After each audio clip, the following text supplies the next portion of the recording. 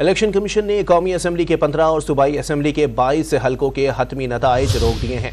रोके गए नताइज में ख्वाजा आसिफ, अता तारड़, अलीम खान और हनीफ अब्बासी के नाम भी शामिल हैं।